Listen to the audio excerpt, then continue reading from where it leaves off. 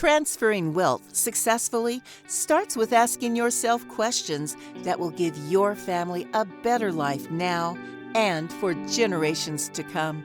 In this podcast, financial professionals John and Michael from Copper Beech Financial Group guide you through eye-opening questions to help you discover the truth about your wealth. Now, on to the show. Hello and welcome to The Truth About Wealth with John and Michael Parise of Copper Beech Financial Group. I'm excited because today is a bit different. This is kind of almost like a highlight reel of the podcast that the guys have put out before, but some serious importance needs to be stressed. John is going to take the lead on this. And John, I know that you wanted to bring specific podcasts to the audience's attention because, you know, what we're facing right now in 2021 and moving forward, right? Absolutely. Yeah. Michael and I, we spend every day working with our families, and what's great about our business model, we learn from our clients, and we see where they're focused. We hear where their concerns are. We help them through a lot of complex thought processes, and I'm starting to see a consistent trend in families. They have so much data out there. They're getting hammered by everybody under the sun with information. They freeze. They don't know where to go. And they come to us and saying, "Hey, I read this or I've seen this, and is there something I should be paying attention to?" So my point is, there's a lot of confusion out there. So I wanted to take a deep breath today and have an open forum with Michael and just take that deep breath, and let's go back and remember why we're even doing these podcasts. What's our focus at Copper Beech, and why we had a need to do this. And I think one of the things that I often get a little afraid of is that these podcasts are not designed to show you how smart we are. These podcasts are designed to educate the listeners. And I refer to as the world of the informed and the uninformed. Mm-hmm. So we want to inform listeners on some, we call them breakthrough concepts, or concepts they might not be aware of, and they should be. They should be getting these questions from their advisors, and they're not in some cases. And we hear that from our families. So we want to just take a deep breath and back up and say, what are some of the podcasts that we would go back to and recommend the listeners to? If you haven't listened to them on the first run, go back and make sure you do, because I think today's environment is a challenge. We have a new administration in Washington. Our clients are telling us they're concerned about the tax ramifications of some of the decisions that Washington's laying out there on covering costs and our deficits going forward. Businesses are going to be stressed by trying to challenge an increase in taxes on their side. The estate taxes are being talked about, or the state structure being talked about on changing that environment.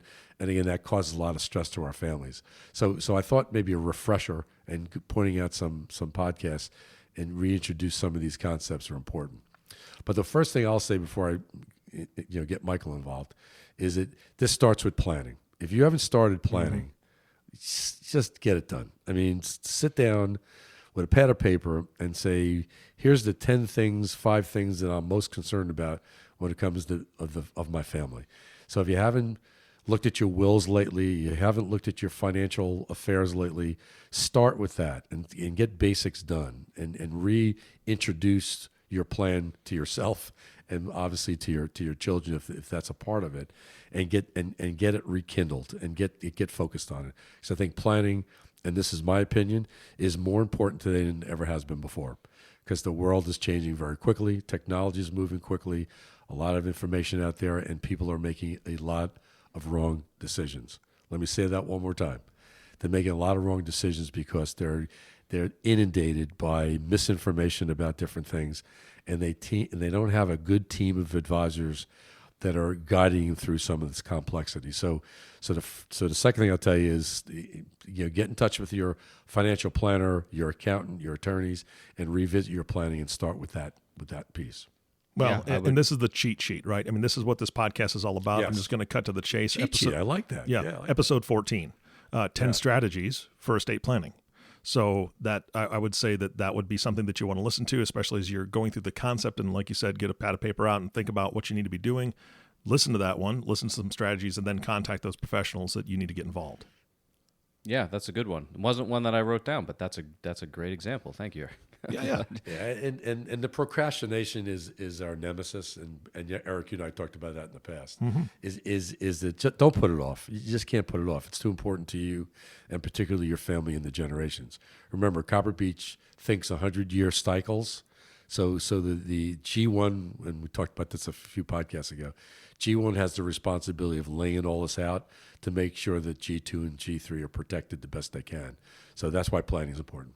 All right, well, let's get into particular episodes. So the one I wrote down, Dad, you mentioned tax law changes. So the first one that I wrote down was actually episode 42, where we discussed the intentionally defective grantor trust.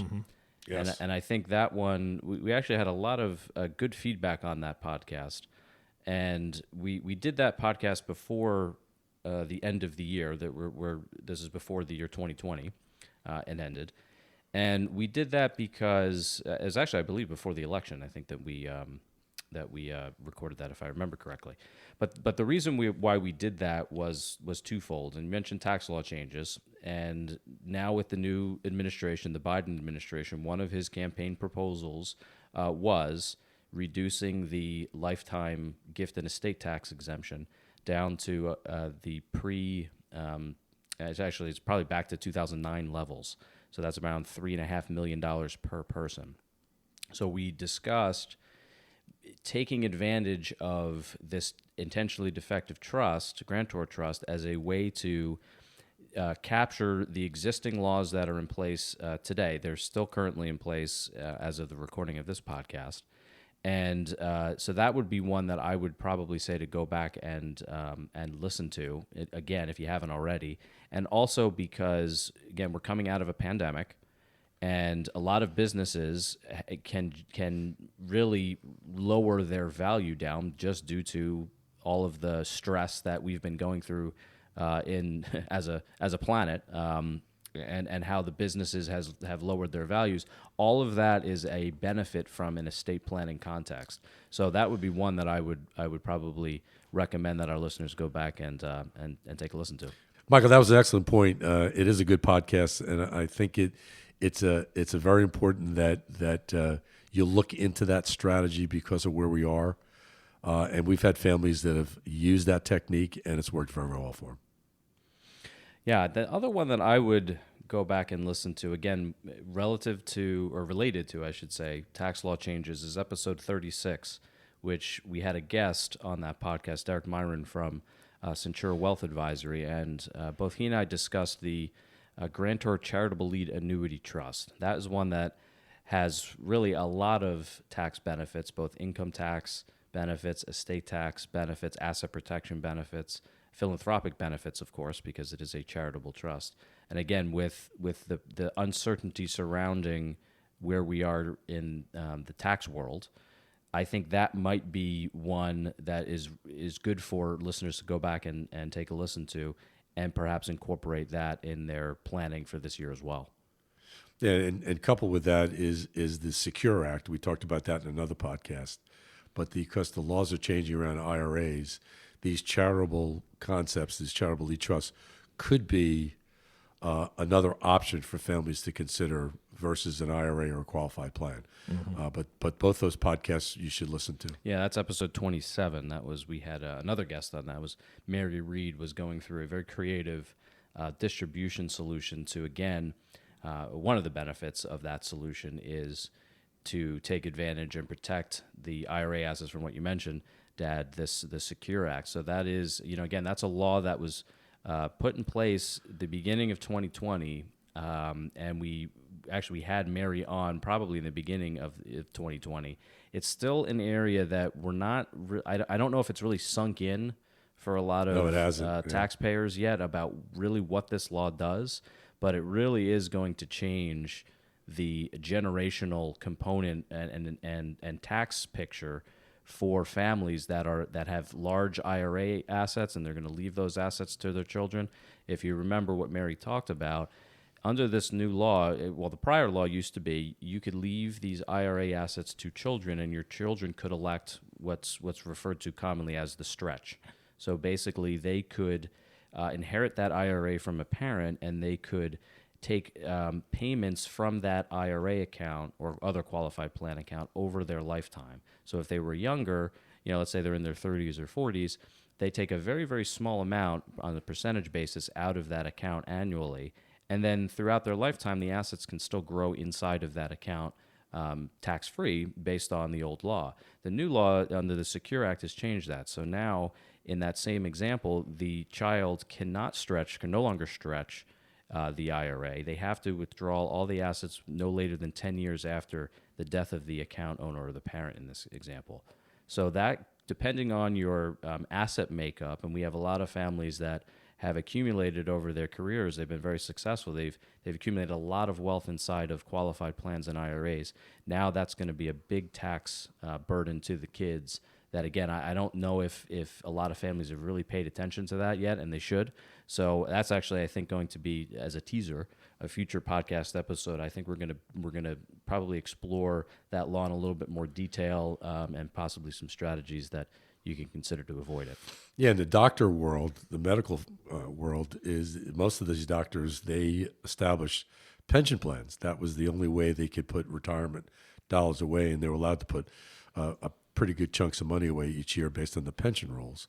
And they have very large IRA accounts, but that's their net worth, basically. That's what they've accumulated over their lifetime. So if they suddenly passed away, they have very large problems to their kids with this new tax problem. So and they're being informed currently. And I've talked to a couple doctors; they were not aware of the Secure Act. So to give you an idea, it's been out there for a year, but no one's talking about it. So we think we should get you to listen to that podcast. Yes. There were too many things on the news that covered that very, very quickly. And actually, I want to bring up a podcast. I'm shifting gears slightly because you guys have been talking a lot about how you help your families protect the finances and the legacy that they have earned and the legacy that they want to pass on. But you protect your families in other ways as well.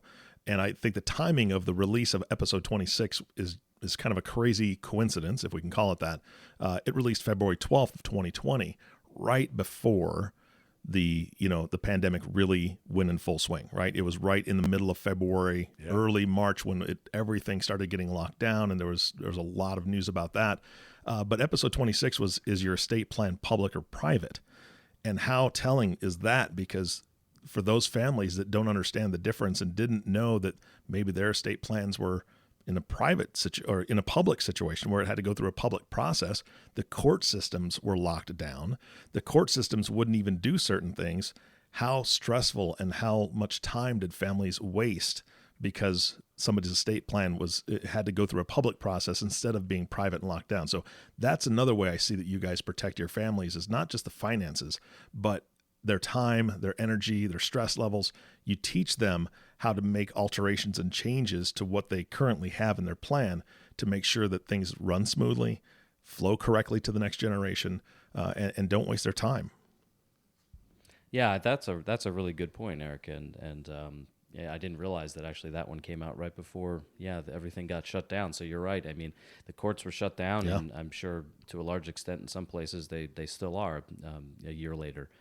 So that's a good one to bring up. And again, that's really, when you look at a person's estate plan, that can be public or it can be private. And when we refer to public, we're referring to the probate process, which is a publicly administered court supervised process. And that can take, depending on the family's asset base, a long period of time. And every state has their own laws on how that process is run. And costs, sure. So that can be avoided if a family wants to be proactive and avoid that with fairly simple changes in an estate plan. So that's a good one, Eric. Thanks for bringing that up. Well, and the court systems were prioritizing things that were higher priority. They would see whether it was virtually or some courts were open and brought people in. But when's the last time the government prioritized us for a positive thing? That's just not going to happen. You don't want to have to depend on the government to say you're important enough to see now. I just that concept really bothers me.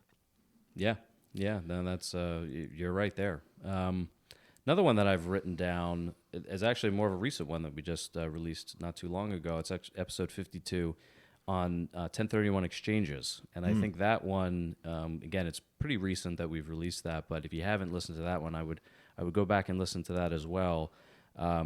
Mostly, well, for a lot of reasons, but mostly, in many parts of the country, real estate prices are up. We have low interest rate environment in a lot of markets that has led to increases in real estate prices, and there may be certain real estate investors that are exiting or liquidating their properties, and if they were to do that, would have a large capital gain exposure on that sale. And this 1031 tax code provision, which has been in the tax code for over 100 years, is a very good provision to utilize to help defer some of that capital gain exposure. So again, given where we are in today's world, I think that's a good one to listen to as well. Mm-hmm. Yeah, one of the things talking about the pandemic, and this is not a easy conversation for people to think about, but a lot of folks died in this pandemic, and what's happened, and I'm starting to hear people and listen to people's conversations, and this is where that conversation about life insurance as being an asset class, being part of a portfolio. Yep, episode 19. If you don't have enough life insurance to protect your family, I'm gonna take a stab at this. A lot of the families are now in a stressful position because one of their family members passed away suddenly and might not have all the stuff in place. So we don't know when our day is, but that's why I go back to my planning conversation. If you don't plan for these events properly, you leave everybody else trying to figure it all out on the backside. It's that backstage of financial planning that no one likes to talk about, but we think is one of the most important pieces of the puzzle, that you have to build things for the what-if scenarios and have that locked and loaded. I don't know what podcast that was, Michael. 19. On the Life insurance as an asset class, that's episode 19. Yep. So that's a good one. Yep, episode 19, and it's and that was pre-pandemic, and that's what also gets me. It was released November 6th of 2019, and hopefully people did something about it right away. And if they did lose somebody that following year, hopefully they saw the benefit of the education that they got through that podcast. Yeah, and how we look at how we look at life insurance is just another asset, like a stock or a bond or a piece of real estate or a business. Something's going to happen to it, or something's going to be part of something with that structure. So that the flexibility of life insurance, if you go back to that podcast, it's very tax efficient. It leverages and protects families. It has a lot of moving parts that are very positive to planning. Yeah, and to add to that, one of the things that we touched on in that podcast was how certain families can utilize a permanent life insurance contract as not only for the death benefit protection that you were alluding to, Dad, but also for the cash accumulation inside of that contract. And one thing that was put in place actually at the end of 2020 during the COVID relief legislation was a provision that, quite honestly, I'm not sure how it's related to to COVID-19. However, it was included in legislation, and that made significant changes to permanent life insurance policies and how they can be funded, or the amounts of premium that can be funded in those contracts for a given level of death benefit protection.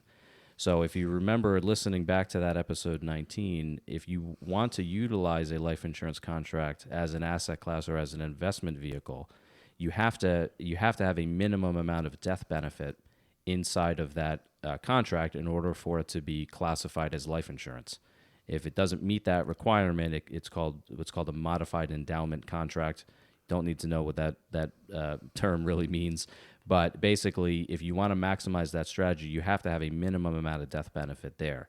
Now, the goal with that strategy is to not have a large death benefit, because if you have a large death benefit, the costs inside of the contract to ensure that level of death benefit are higher. So the goal is really to have a minimum death benefit in that design. Well, this legislation changed the laws where it allowed that limit to be even lower for a given dollar premium.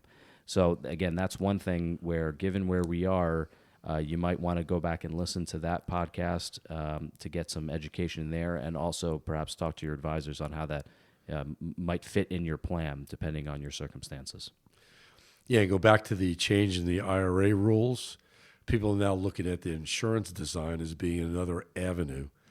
Instead of establishing an IRA, they put these deposits into this other asset class, cash value of life insurance, and let it grow tax-free inside the contract. If they design it properly, it comes out tax-free. And again, listen to that podcast. It's so dynamic in today's environment. People should really revisit that asset class. Yeah, absolutely. Another one I wrote down, Dad, was episode 33, where we discussed updating your business succession plan. And again, Yes. this is takes on different meaning, sort of hopefully post-COVID world. We're in March of 2021 when we're recording this, and vaccines are in full swing. So hopefully we will be able to say it's a post-COVID world sometime soon. But I think this particular episode is episode 33, and I think it's important to discuss this when we're looking at business owners with the pandemic. Revisit your business succession plan because whether you're in a multi-owner business or a single owner business, it's now I hope taking on a different meaning to you. Again, getting back to what you said, that planning in general, and I think your business succession plan hopefully maybe takes on a different meaning now after the pandemic. That maybe it'll light a fire to some degree. I'm going to challenge everybody one more time. Get started if you haven't started yet. Michael, what was the other podcast that we should revisit? That was actually the ones that I wrote down, and Eric, you added some other ones. Oh, no, I'm sorry, I missed one here. This is episode 23. This is on qualified opportunity zones.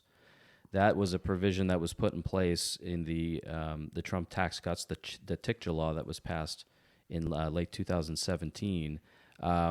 This is more of an immediacy issue. Again, another future podcast that we're going to try to schedule in the near future, because there have been some minor changes to that tax code provision, where this year, 2021, is one of the last years, or the last year, where you can really take advantage heavily in those qualified opportunity zones. And again, that's really more to help defer the payment of capital gain tax on any asset that you may be selling or liquidating in the future. So that's another reason, again, just given where we are today, I think I would go back and listen to that episode. Again, that's episode 23 on qualified opportunity zones. Yeah, you have a window of opportunity with that. That's why we brought it up. No pun intended. Yeah, exactly. He's funny. He's funny. The other two I want to bring up, and I don't think they're on Michael's list, but it's number 12 and 13 on trust designs. We're getting a lot of feedback from our families that they want to really understand the generational components of these trusts. So that's involves transferring to the third generation and beyond, second, third generation and then beyond, structuring asset protection themes in these documents. Again, talking about protecting what you've built through your lifetime. These trusts are that component, and they are private, Eric, private documents. Nice. So these are two podcasts that I think you'll get a lot from, because people always get stuck with trusts. They have a tendency to they are complex, but if you understand the basic principles of a trust, it's a management tool. It takes assets in. It has explanation on how that money is going to be managed, or those assets. It has distribution provisions. It has generational provisions. So it has a lot of different pieces to it. But once you really get your head around the purpose of it, I think it's easier to understand how it works. The key challenge of those trusts are always the trustees' decision: who's going to manage this for me, or who's going to take charge of the assets when I'm no longer here. I think it's another future podcast. But these are up again. I'm only introducing or talking about things that clients are always concerned about, and I'm just delivering that message to the listeners. We work with families every day, and these topics come up all the time. Whether you're rich or poor, it doesn't matter. How you protect your assets, how you deliver these assets to the children, to the family members, are critical to these plans. And again, trusts have a key element in that structure. There's a lot of second marriages in the world today. Trusts are a major component of how assets are shared. So again, if you go back to those podcasts, you glean some good insight on trusts. That might help you perpetuate your next move to get planning done. I'm going to keep saying it. Get planning done. Absolutely. Absolutely. You know? All right, Michael or John, do you have any others that you want to highlight? Well, I would, I would say go back and listen to all of them, but that would be too greedy or selfish. Open a bottle of wine and listen to a few at a time. Here's the thing. I've got the lightning round. You ready? I know we're short on time, so audience, I apologize, but we're not going to be able to give you a dive into each one of these that I'm about to bring up. So this is the lightning round, and I say that because John and Michael have been podcasting quite a long time. The average podcast lasts 10 episodes. They are over 5 times that. I mean, the plethora of information that they have shared and the education that they're giving is robust. So for the lightning round, here's some of my top picks. Number 22, for any business owner out there, you need to listen to it. Buy-sell agreements can save you millions. If the title doesn't get you, well, it should get you. Listen to number 22. Episode 30, I think, was a phenomenal episode. A family mission statement is key for your legacy. That is just a beautiful one to listen to as well.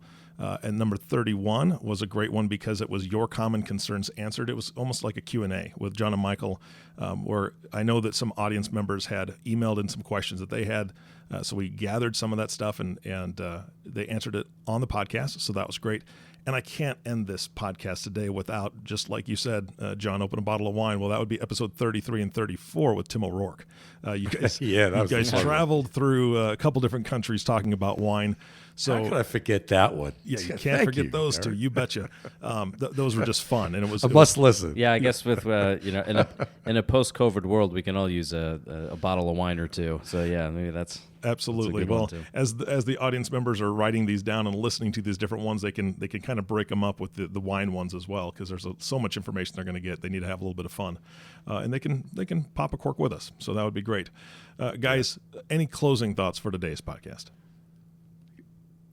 I just want to reiterate that we do these podcasts to educate and to make you aware of things you might not be aware of.